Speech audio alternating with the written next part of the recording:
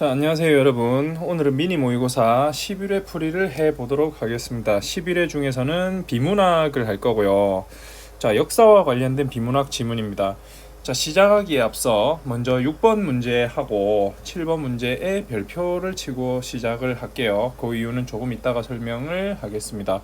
자, 우리가 볼 비문학 지문은 총 5개의 문단으로 된 지문이고 지문의 구조가 좀 분명한 지문이고요.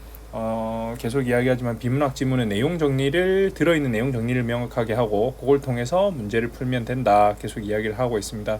그리고 비문학 같은 경우에는 90% 이상이다 내용 일치 문제로 출제가 되니까 어렵지 않게 문제를 풀 수 있는 경우가 많다. 그러니까 정보 정리를 잘하면서 풀면 된다. 그렇게 생각하고 시작하겠습니다. 자, 1문단 먼저 역사가 이 글의 화제라는 걸 제시하고 있습니다. 역사가 이 글의 화제인데 역사는 어떠해야 한다고 이야기를 하고 있냐면 역사는 삶에 기여해야 한다라고 이야기를 하고 있고 삶이 역사와 관계를 맺는 것을 기념비적 역사, 골동품적 역사, 비판적 역사로 나누어 볼 수 있다라고 이야기를 하고 있습니다. 그러니까 1문단을 읽고 우리가 알 수가 있는 건 이 글의 화제는 역사고 앞으로 어떤 내용을 전개할 거냐, 기념비적 역사, 골동품적 역사, 비판적 역사에 관한 내용으로 전개가 될 것이라는 것을 예측할 수 있습니다. 자, 이렇듯이 첫 번째 문단에서 우리는 항상 화제를 찾아야 하고요. 그리고 우리가 지금 보는 이 글처럼 제시가 된다면 어떤 내용으로 전개가 될지도 정리를 할 수 있어야 되겠습니다. 자, 두 번째 2문단입니다. 2문단에서는 뭐에 대한 설명을 하느냐? 기념비적 역사에 관한 설명을 해요. 그럼 3문단에서는 아마도 골동품적 역사, 그리고 4문단에서는 아마도 비판적 역사에 대한 설명을 할 거라는 걸 예측할 수 있습니다. 자, 2문단 그럼 기념비적 역사는 무엇인지에 대해서 봅시다. 기념비적 역사는 과거의 위대함에 대한 회상을 통해 새로운 위대함의 가능성을 촉진하는 역사라고 이야기를 합니다. 이거는 그럼 과거에 뭔가 위대한 게 있었고 이걸 통해서 우리가 새로운 위대함을 창출해야겠어 라고 생각하는 관점이라고 생각할 수가 있겠죠. 그러나 기념비적 역사에 단점이 있어요.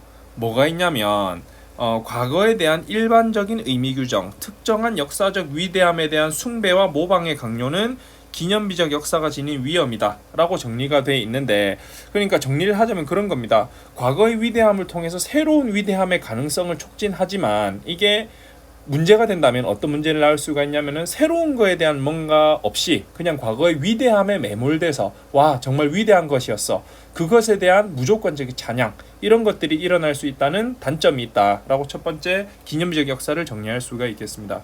자, 다음 세 번째 문단 골동품적 역사입니다. 골동품적 역사는 그럼 뭐냐? 오래된 과거를 찾아 보존하면서 전승하는 역사라고 합니다. 우리가 일반적으로 아는 역사의 관점과 좀 가까운 것 같은데요. 자, 근데 다음 문장에서는 좀 중요하게 체크해야 되는 거, 이런 문장 중요하게 체크해야 되죠.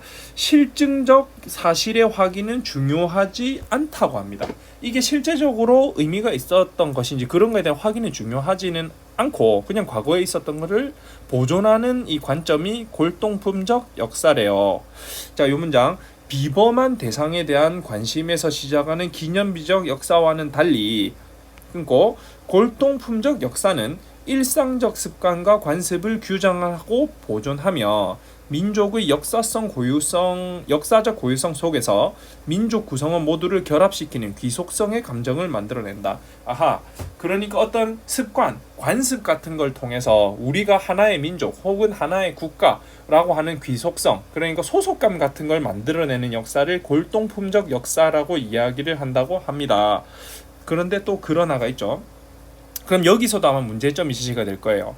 자, 그러나 골동품적 역사는 과거에 대한 미라적 숭배로 미래적 삶에 대한 뿌리를 송두리째 뽑아낼 수 있다. 이와 함께 그것은 굳은 관습으로 전락할 수 있다. 즉, 골동품적 역사는 삶을 단지 보존할 줄만 알 뿐 생산할 줄은 모르게 되는 것이다. 그러니까 과거의 것만 중요하게 생각하다 보니까 그 이후에 어떤 새로운 걸음으로 나아가는 그런 가능성을 차단하게 되는 그런 기능을 할 수 있다라고 정리를 할 수가 있습니다.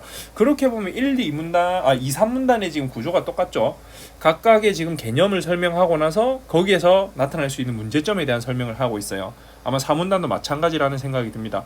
자, 4문단에서는 이제 비판적 역사에 관한 설명을 하는데, 과거를 숭상하거나 보존하기 위해서가 아니라 과거를 부정하기 위한 역사라고 정의하고 있습니다. 아하, 그러면은 과거가 무슨 문제가 있었고 어떤 새로운 것을 만들어낸다, 이런 관점이라고 보여지는데요. 자, 세 문장, 다음 문장 바로 가겠습니다. 역사적 전통은 인간에 의해 창출된 것이므로 그 안에는 판결받아야 할 정치적 특권, 지배적 관습 등이 존재한다. 역사에 문제점이 있다. 비판적 역사는 이들을 폭로하고 파괴한다. 이때 판결 기준은 절대적이고 선험적인 정의가 아니라 자기 자신의 욕구에 따른 삶 자체이다. 이쪽이 포커스가 되겠죠. 그러니까 비판적 역사는 기존에 있는 역사를 폭로하고 파괴하는데, 이 폭로와 파괴의 기준이 어떤 그 이전에 절대적이고 선험적인, 경험해 보지 않다고 옳다고 생각되는 그런 것들이 아니라 자기 자신의 욕구에 따른 삶 자체, 그러니까 자기가 지금 느끼는 우리의 삶에 따라서 역사를 폭로하고 파괴한다는 그런 관점이라고 생각할 수가 있겠습니다. 자, 그리고 비판적 역사는 보존되고 전승된 과거와 투쟁을 벌려 새로운 관습과 본능을 창안하고자 한다 라고 합니다. 그러니까 결국에는 비판적 역사는 과거에 있던 걸 부정하고 새로운 어떤 역사적인 걸 만들어내는 그런 관점이라고 볼 수가 있겠습니다. 근데 비판적 역사 역시 위험성을 가지고 있다라고 하니까 요 뒤에 이제 문제점을 제시를 하겠죠. 억압과 지배로부터 해방의 의지를 품었으나 새로운 삶의 가능성을 위한 과거 부정의 척도를 세울 수 없는 비판적 역사가는 단지 과거만을 파괴하는 결과를 초래할 수 있다. 그러니까 기준이 애매하잖아요. 어제 생각 자기 자신의 욕구에 따른 삶 자체가 기준이 된다는 건 기준점이 되게 애매합니다. 그래서 명확한 기준점을 세우지 않으면 그냥 단순히 새로운 것을 만들어내지 않고 과거의 역사만 파괴해버리게 되는 그런 결과를 낳을 수 있다는 게 지금 비판적 역사라고 정리할 수 있을 것 같아요. 자, 5문단은 정리문단입니다. 인간은 기념비적, 골통품적, 비판적 관점에서 과거를 사용하여 자신이 원하는 역사를 만들어내야 한다. 이를 통해 역사는 우리의 삶에 의미 있고 유용한 것으로 기능해야 하는 것이다 라고 정리하는 문단입니다. 그러니까 세 가지 관점을 잘 사용해서 역사를 잘 만들어내야 한다 인데, 이 글의 구조도를 그려보자면 요렇게 그릴 수가 있습니다. 자, 1문단에서는 지금 역사가 어떻게 해야 하는가, 그리고 삶이 역사와 어떤 관계를 맺을 수 있는가 해서 기념비, 골동품, 비판, 이렇게 세 가지를 제시하고 있고요. 2문단에서는 기념비적 역사, 3문단에서는 골동품적 역사, 4문단에서는 비판적 역사에 관한 개념을 제시하고 5문단은 정리하고 있으니까 이렇게 이 구조들을 이렇게 정리할 수 있습니다. 자, 그러면 2, 3, 4문단에서 볼 수 있는 내용 전개 방식은 분류 분석이라고 할 수가 있을 것 같고요.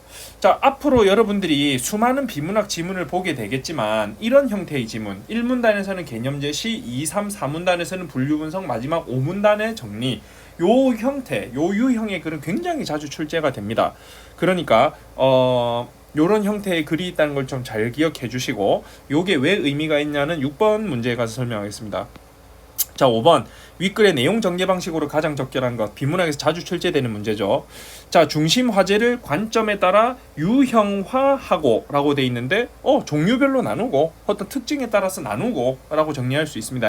우리가 얘기했던 분류 분석과 연결해서 생각할 수가 있을 것 같고요. 각각의 장단점을 설명하고 있다. 이거 굉장히 괜찮네요. 1번 일단은 맞는 것 같으니까 체크하고, 2번 중심 화제와 관련한 논의 내용을 정리하고 새로운 이론, 뭔가 새로운 이론에 대한 제시 같은 거 없었습니다. 자, 3번 중심 화제를 다룬 두 이론, 바로 틀렸죠. 새 이론이 나왔으니까 이거는 무조건 틀립니다. 4번 중심 화제에 대한 통념의 문제점. 우리 1학기 수업할 때 이야기했지만 통념은 많은 사람들이 가지고 있는 일반적인 생각이 통념이에요. 근데 많은 사람이 가지고 있는 일반적인 생각에 관한 그런 제시 없었습니다. 그래서 4번도 틀렸고요. 자, 5번 중심 화제의 개념을 정의하며 이론을 소개하고 여기까지 괜찮네요. 이론의 발전 가능성 의만 이야기했지 이 이론이 어떻게 발전될 수 있다는 그런 내용은 없었습니다. 발전 가능성 틀렸고요. 그러니까 정답은 1번이 되면 되겠습니다. 자, 6번 문제로 갈게요. 아까 6번, 7번 문제 별표 치자고 했는데 왜 그렇게 했냐면 아까 우리가 이 지문이 구조도를 이렇게 그릴 수가 있고 2, 3, 4문단에 걸쳐서 어떤 분류와 분석, 종류를 나누고 구성 요소를 나누고 그런 글이라고 이야기를 했습니다. 자, 요런 글 같은 경우에는 그 안에 있는 방금 우리가 세 가지로 나눠졌는데 이 세 가지 요소를 비교 대조하는 문제가 무조건 출제되게 됩니다. 분류 분석하는 글을 출제하는 의도가 그거거든요. 여러분이 그 안에 정보들을 비교 대조해서 파악할 수 있느냐가 이 글을 출제하는 의도입니다. 그렇기 때문에 6번 문제와 7번 문제는 비교 대조하는 문제예요. 반드시 이런 문제가 출제된다는 거 생각을 꼭 해주시기 바랍니다. 자, 그럼 한번 확인해 보자. 1번 기억, 기념비적 역사.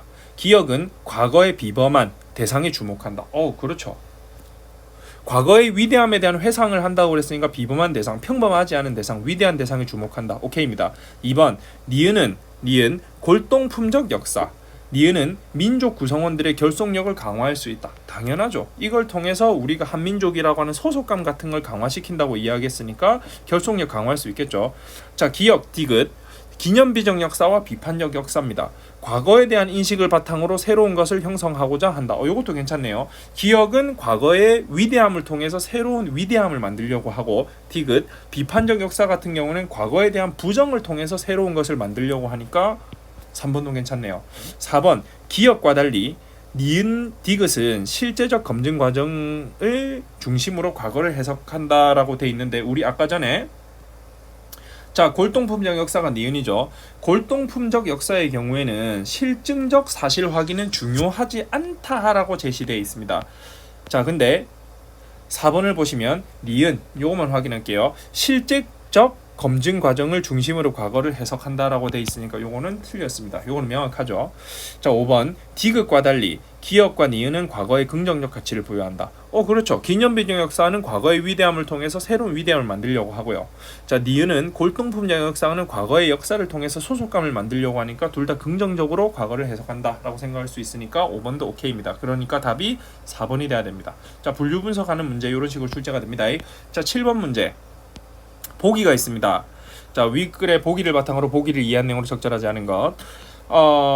비문학의 보기는 지난번에도 이야기했지만 같거나 다르거나라고 저는 생각을 합니다. 그러니까 지문에 있는 내용을 그대로 가져와서 적용하게 하거나 혹은 지문과 반대되는 뭔가를 가져와서 서로 대조해보게 하거나 그런 유형의 문제가 거의 대부분이거든요. 자, 이 보기 같은 경우에는 같은 보기입니다. 자, 확인해 봅시다. 조선시대 관습이었던 가부장적 가족 제도가 지닌 모순을 밝힘으로써 남녀 평등에 근거한 합리적 가족 제도를 제시하였다. 자, 모순을 밝히고 새로운 걸 제시하였다. 뭐랑 가깝습니까? 바로 디귿 비판적 역사와 가깝다는 걸 확인할 수 있고요. 이순신 장군을 국가를 구원한 영웅으로 높이 평가하여 동상을 세우고 특정한 날을 기념일로 정하고 있다. 요거는 뻔하죠. 기억, 기념비적 역사입니다. 자, 한반도에서 가장 오래된 과거의 정치 공동체로 알려진 고조선을 우리 역사의 시작으로 규정하고 단군을 우리의 시조로 만들어 우리 스스로를 단군의 자손으로 설정했다.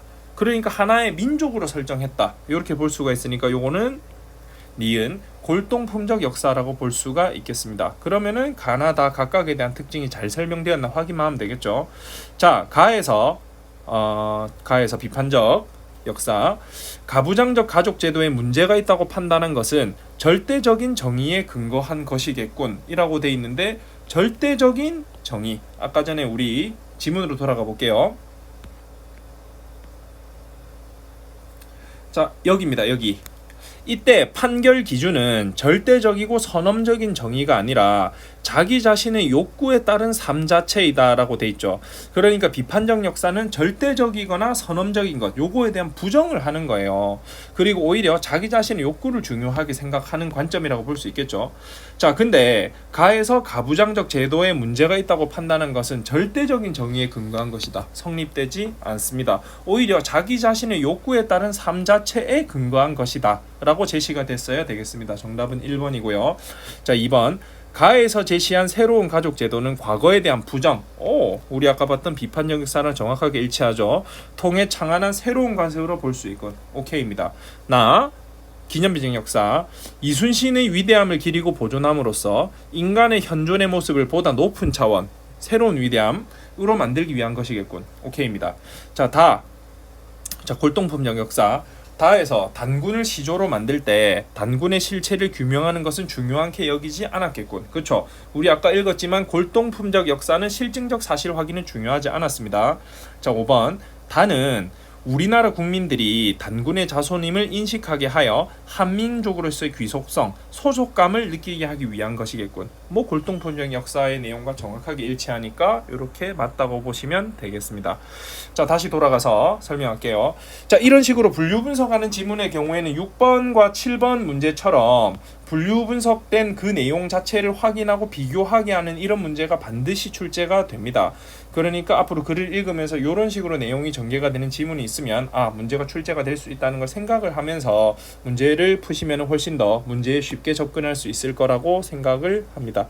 자, 비문학은 내용 정리 잘 하는 게 중요하니까 내용 정리 잘 하는 연습을 하면서 문제를 꼭 풀어보시고, 국어는 훈련입니다. 잊지 마시고 꾸준하게 공부에 임해 주시기 바랍니다. 이상입니다. 고생하셨습니다.